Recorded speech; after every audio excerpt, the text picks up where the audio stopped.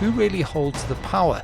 Behind the language of growth and modernization sits a far more complicated and at times uncomfortable reality. Designing policies from a nice office in Washington, D.C. is great, but it's even greater if they can come down here and see how people actually live. Finance, technocracy, and population management became deeply intertwined. We have people living in abject poverty right here. And it was only after 1952 that the IMF began to consider longer-term financing, but made this finance conditional on certain important changes.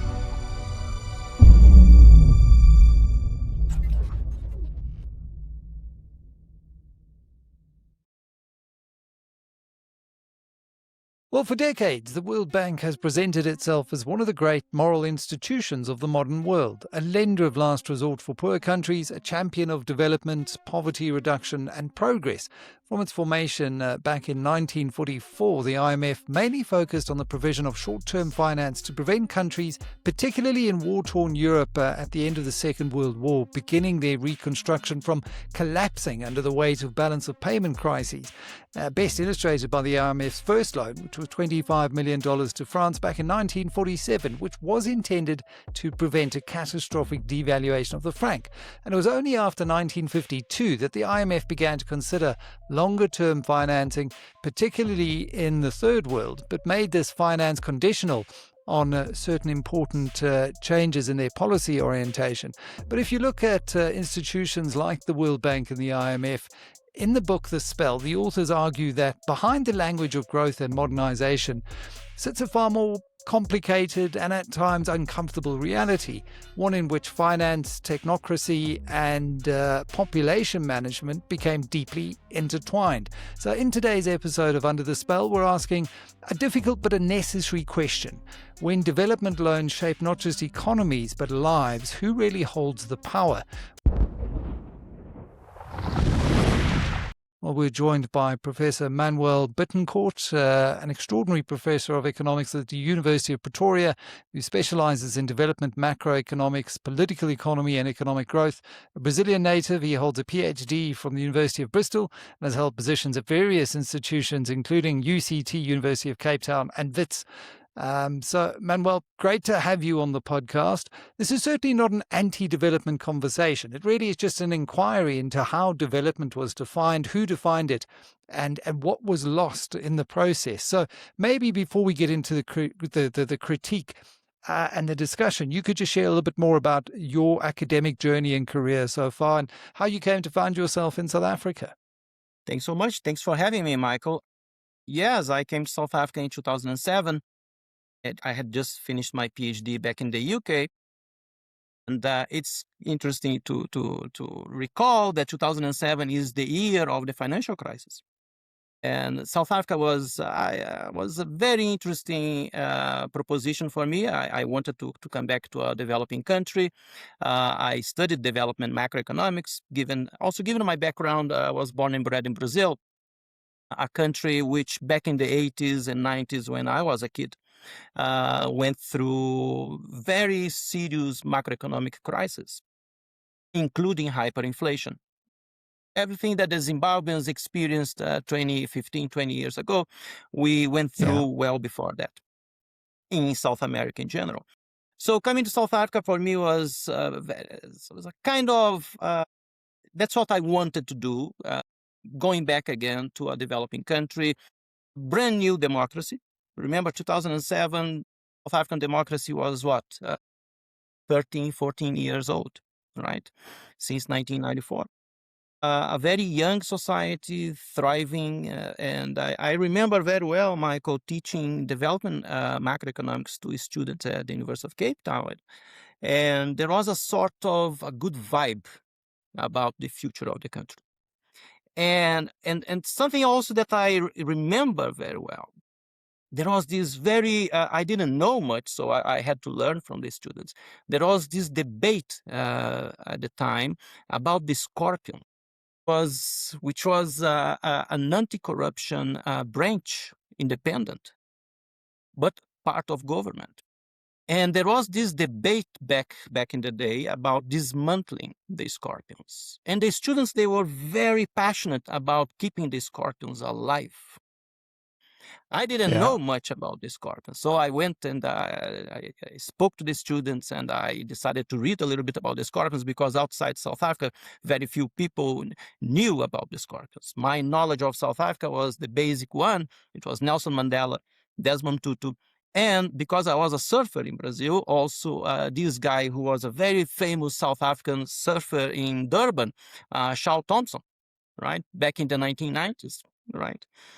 And a little bit also of Formula One, because as a Brazilian, we at Ayrton the Senna, time we yeah. were crazy about Formula One, right? But so the Scorpions at the time was at the forefront of debate and corruption, and people were already talking about the prospective new president.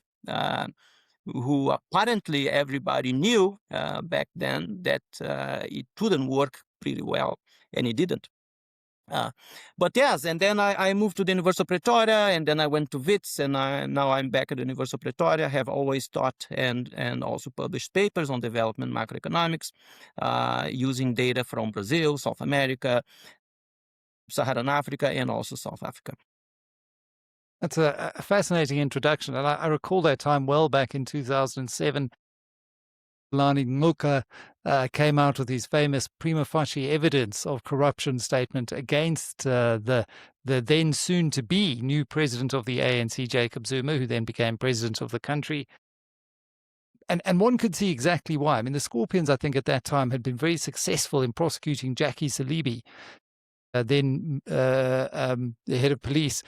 And one could see why a truly independent crime-busting organization with the forensic capabilities, the prosecutorial capabilities together under one roof was viewed as such a threat by those with corrupt intentions. And, Manuel, as someone who comes from Brazil, it's also had its fair share of corruption stories, and, the car park most recently. And we just know how pernicious that can be for developing countries. But let's go back to the World Bank, because when you look at it, the World Bank really emerged after World War II. What problem did it believe it was solving? Let's maybe just go back to the history of the foundation of the World Bank.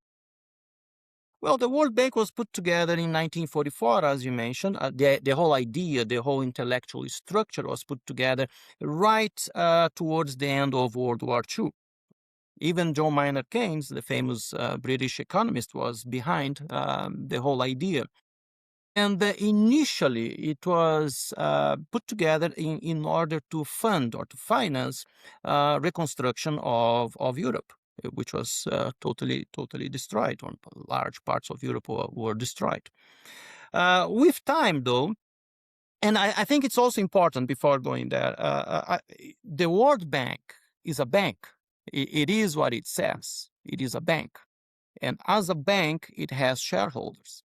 But you cannot go to the World Bank and open a bank account, Marco. I cannot go there to Washington, D.C. and open a bank account. The shareholders are countries, right? And it is based in the United States of America. It is based in D.C. And it's right. It's kind of right in front of the fund. So the World Bank and the IMF, they are right in front of each other. But with the whole development of Europe, World War II came to an end. Europe starts slowly but surely reconstructing itself. That is the Marshall Plan. Some of the money of the Marshall Plan was channeled through the World Bank in order to reconstruct Europe. As Europe starts to reconstruct itself, to develop again, the World Bank started also to look for different ways of survival, of funding different projects. And there is something very interesting happening towards the late 1950s and early 1960s, which is the independence, for instance, of African former colonies, right? That's where 1960s, I think Ghana is the first one to become independent. from the British. I think it's 1959, but you can correct me. And those countries, they were also extremely poor. We are not going into the reasons for being poor, right? But those countries, their initial level of development, their basis of development, they are very poor, very low. And the bank, they start slowly but surely funding projects in developing countries, right? What these projects would be, Michael? Well, it could be a brand new dam, a hydroelectric dam, which is a massive infrastructure investment in terms of generating electricity. And we know all too well in South Africa, if we don't have electricity, if we don't have power, we do not grow, we do not develop. So the World Bank, and the fund as well, they have come a long way. They started to do something, and with time, they moved, they shifted their attention, let's say, to different things. And over the time, I think what we've seen is, and Senegal was another one of those West African countries that became, very early adopters of loan funding, be it structural adjustment programs, and they had, I think, 40 different programs by different names. But I want to come back to the structure of the bank. Before we talk about these loans as instruments of policy and not just capital, because it's interesting. I was reading an article in the Bretton Woods Project that argues that the World Bank and the IMF remain structurally skewed in favor of the US and Europe, with a lot of the voting power tied to economic size. And so it's natural. And, as you say, they're based in Washington, the US still holding veto power. So talk to me about the structure, and at what point does this become a legitimacy problem rather than a governance quirk when you look at the work that the bank is doing and how indebted, particularly developing countries, have become to the World Bank and the IMF? I think you said a lot. The bank is based in Washington, D.C. It is the bank, they have shareholders, but the shareholders are countries, right? And the United States is the main player. Other important players there are the usual G7 countries. So it is essentially run. Also important to note here is that the US usually, most of the time, in fact, they appoint the director of the World Bank, right? They have this right to appoint the director. And the fund's director is usually appointed by an European, right? By the European Union or by Europe in general, right? So the US and Europe, they have a lot of power, but they are the most developing nations in the world. They invest heavily in those multilateral institutions. They kind of, if we want to be blunt, they buy their own influence in those institutions. And if we really want to go deeper into this, well, there is plenty of literature. At the end of the day, I am an academic. There is plenty of literature on what we now call geopolitics, right? Or in terms of how those multilateral institutions allocate funds to developing countries. We are beginning to discuss again terms such as the Cold War. But for my generation, for our generation, the Cold War was over, right? In 1991, when the Soviet Union collapsed, only the United States was the hegemonic power in the world. Yeah. Nowadays, we have different powers coming in, like China is one. And how they influence, how those nations such as the US and Germany, the UK, in Europe, how they influence who gets the funds, who gets a loan to build infrastructure. Is it a country which is more aligned? And we are seeing this all too often now with the new American president. Who will get preferential treatment from, in this case, the World Bank? It's such an Go ahead. I was going to say it's such an interesting point because, yes, as you say, it's a bank. It's got shareholders. In a bank, if you were going to lend, you would vet, you'd look at the credit risk. You'd maybe have an investment committee if you're in the corporate investment banking side and put a deal in front of them and say, are we going to fund this? But when you're talking about a bank that effectively, I mean, it's styled itself as neutral and evidence-based and that knowledge banks.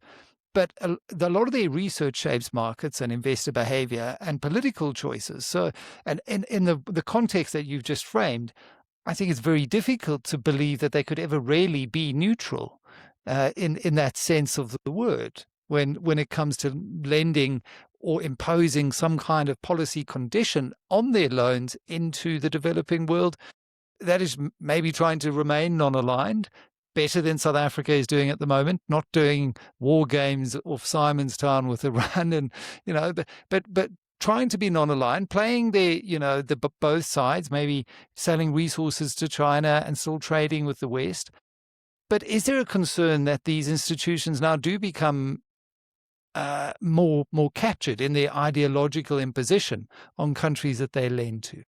I hope not. I hope those multilateral institutions, they remain neutral. Although we've been talking about here, right? They have shareholders. The U.S., the U.K., and Germany, they kind of dominate the World Bank, right? They have veto power.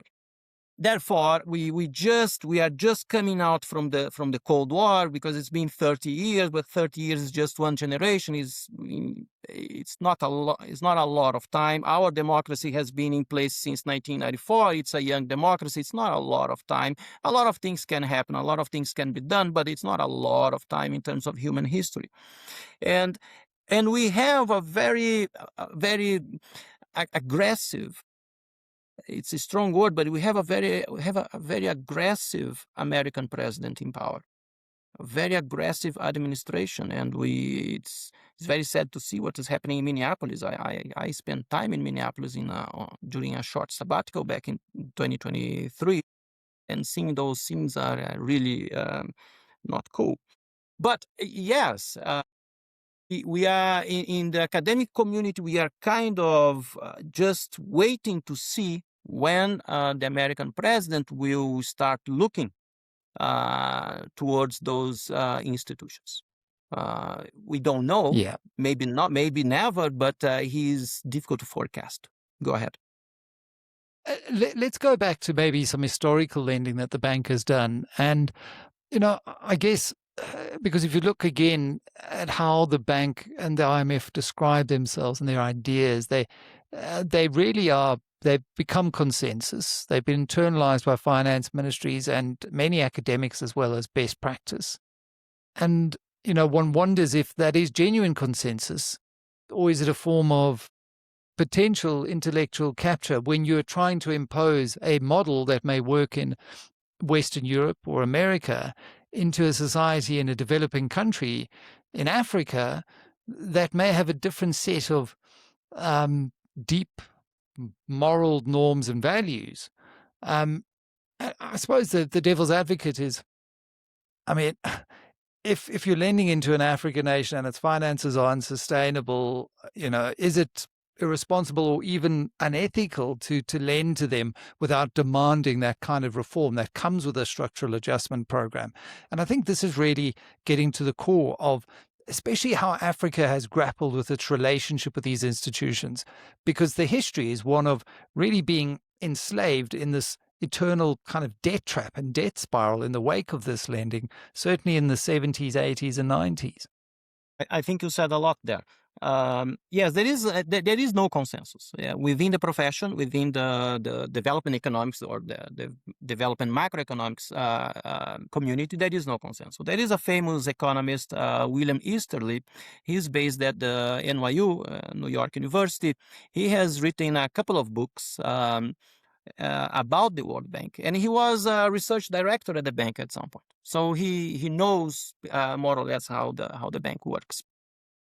And one of his books is titled "The Tyranny of Experts," right? Which goes with what you are saying. Yes, even in South Africa, The bank has an office with 10 or 12 economists in there. They do important work, Michael. Don't get me wrong. They collect data. They write reports about the South African economy. They do the World Bank itself. They provide a lot of macro data, a lot of micro data. They do a lot of work, a lot of good work. They have a number of very good people doing research in Washington D.C. or even in those country offices. But your criticism has been around for quite some time. So yeah, okay, let's build a dam in the middle of Ethiopia. Ethiopia is just an example here. Let's fund that dam because it's going to generate electricity, and electricity is good for economic growth and development. Oh, that's all looking good. The right conditions are in place. The bank is fully satisfied. Ethiopia is running its economy nicely. Inflation is low, great. Fiscal debt or government debt or fiscal deficits are under control. That's great. So let's fund this project. Okay, let's fund this project. The right conditions are in place. Okay. But sometimes, I'm not saying that all the time, but sometimes people are displaced in order for a dam to be built, right? Small farmers, sometimes they have to be displaced because we have lots of dams in Brazil because we have a lot of rivers, right? But to build a dam, people will be displaced. Small farmers, they usually pay the price for that, right? That is usually not part of the calculations, cost and benefits, right? People don't really talk about people being displaced. So yes, there are costs, right? Which usually is not on the news. Yeah. Yeah.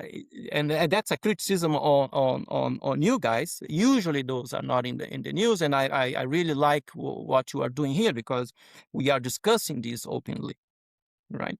And there are many other examples of people being displaced because a particular project funded by the World Bank is about to take place, and people have to be displaced or have to be moved or removed from a particular area. It's just an example. Yes, there are plenty of criticism. The bank, again, if I go to my bank and I need money to buy a house, right? I have to satisfy some conditions, right? The World Bank, they expect the same from countries. Countries must satisfy some conditions. Either we like it or not, that's how it works, right?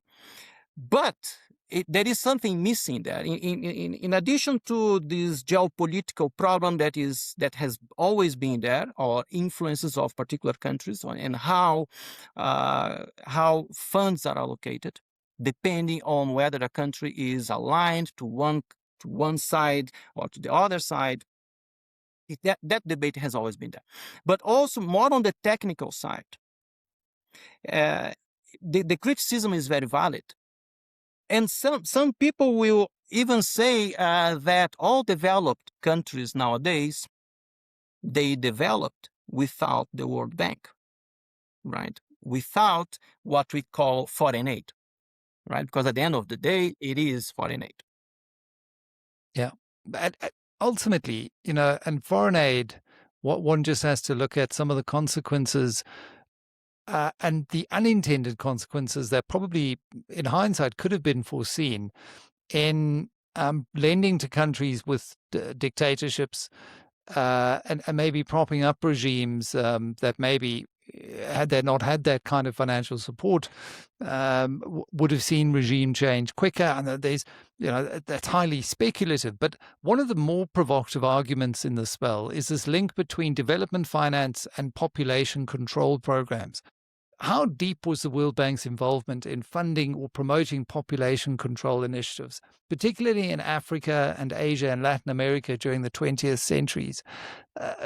Were these framed as economic necessity or as moral obligation imposed from the outside? The bank was very, very deeply involved. with population growth policies in terms of curb the population growth, in terms of foreign aid distributed and how this aid would be distributed to African nations. It is now in order to answer your question, very much evolved. The bank funded a number of initiatives on that side. And interestingly enough, now we have all the debate about this sharp decline in fertility rates all over the world. Obviously, the Chinese, they implemented by decree the one-child policy decades ago.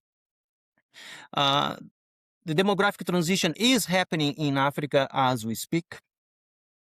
It has already happened in South Africa, in Mauritius, in Seychelles, in Botswana. But the debate now, Michael, is, yes, I don't want to be controversial here, but some people will say, well, that's great. Fertility rates are declining. We have less people around, and therefore the environmental damage will be less dramatic. Well, but the whole debate in development macroeconomics, at least the part that I represent, is, well, people, they also generate ideas. People also generate knowledge. People also create research and development. People also create patents and institutions. So people actually create growth and development, because that is the whole point of growth and development. Is growth and development doesn't fall from the skies, as my mom would say. No, it doesn't fall from the skies. It is created by people, right? It is created by ideas, by research and development, by new products, new patents, which will be incorporated into production. And that will generate growth, development, and ultimately prosperity. The demographic transition, it tends to happen in any way. As nations develop, people tend to have less kids. Instead of my mother, she keeps telling me that it was my mother plus 11 siblings, right? Back in the day, that was the size of the families, because mortality rates were very high. Therefore, people would have more kids in order to replace the ones who were dying, right? And they would go and work in the fields, right? Nowadays, people have 2 kids or 1.4 kids, whatever that means, right? But they have better kids because they invest in the education of those kids. And those kids, they will grow up educated, and they will generate ideas, they will generate human capital, they will generate new technologies. And that generates prosperity. Growth and development and prosperity. So yes, the bank has been involved. But again, the demographic transition happened in Western Europe well before the World Bank came into existence. The demographic transition happened in the United States well before the bank came into existence. So the demographic transition probably would have happened in Africa in any way. But the bank, they invested. Go ahead. Yeah, but it did at least demonstrate that the World Bank's economists and planners were based or making decisions based on an unspoken ideological framework, shaping what good outcomes look like. And I think it does show that, these things are not often very neutral. And many of these programs have been criticized. And I suppose that the one critique is whether or not the demographic assumptions about Africa were incorrect in hindsight, and whether or not the bank has grappled with these now in hindsight to say, right, how can we approach our lending and certainly try and be more neutral in future? And I think it's a fair question. Again, it's one of those questions of subjectivity, because we might be judging the past with today's moral lens, but we can certainly see with the evidence some of the very human costs that these policies had in developing contexts like Africa's. Just in closing, Manuel, I mean, if there's a lesson that policymakers today should take from the history of the World Bank, especially as new global crises create renewed demand for large-scale development finance, and now the big one is talking about, global just transition finance, and the big debate at the COPs is the global north going to fund the global south if they want the global south to develop but not be able to exploit their fossil fuel resources that have to remain embedded in the ground? What are the big lessons that one needs to learn here? I think the big lesson here is we have to reduce the amount of the tyranny of experts. Of course, we need sound economics. Yes, I learned one economics in Brazil, which was the same that I learned in the UK, which is the same that I teach in South Africa. But we need experts. We need experts who come to Africa, and they will come to Africa. They will look around and they will think about projects. But we need them also to look at how people really live, how people live within our context, how people live in the middle of the Karoo. What is the actual reality of the poor, because the World Bank is interested in poverty reduction? How is the actual reality of the poor living in the middle of the Karoo, in a very remote area of South Africa? We don't have to go all the way to Ethiopia or to Tanzania, right? We have the Karoo down here. We have people living in abject poverty right here. Designing policies from a nice office in Washington, D.C. is great. You might well get published, right? But it's even greater if they can come down here and see how people actually live. I think that's a very important lesson that hopefully we will start to see being embedded and demanded from people as well, as we continue to explore these ideas on the Under the Spell podcast. Professor Manoel Bittencourt, thank you very much for a very illuminating history on World Bank lending, extraordinary professor of economics at the University of Pretoria. Do join us next time on Under the Spell. We're going to be talking about big agriculture versus small-scale farming in Africa. And joining us will be Dr. Tanasi Kapuya, who's worked very closely with USAID. He's worked on the Green Revolution in Africa, and also has a PhD at the University of Pretoria focused on exactly this nexus of big commercial agriculture versus small-scale farming. From me, Michael Avery, do like and subscribe, and do join us next week Under the Spell.